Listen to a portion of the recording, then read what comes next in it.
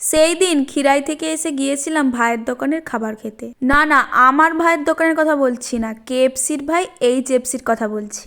আর কেএফসির ভাইয়ের দোকানটা ছিল পাঁশকুড়া বাস স্ট্যান্ডের সামনেই। আর ভিতরের কিন্তু অ্যাম্বিয়েন্সটা বেশ মোটামুটি ভালোই।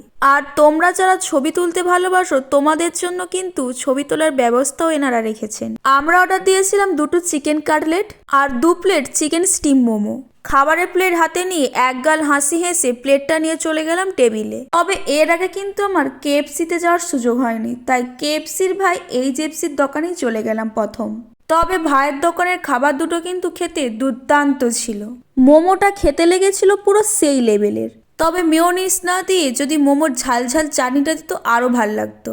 আর চিকেন কাটলেটের কথা কি বলবো, কাটলেটটা দেখেই আমার এখন জিভে জল চলে আসছে। তোমরা যদি কখনো পাঁশকুড়া বাস স্ট্যান্ড যেয়ে থাকো তাহলে অবশ্যই কেএফসিতে গিয়ে খাবারগুলো ট্রাই করো।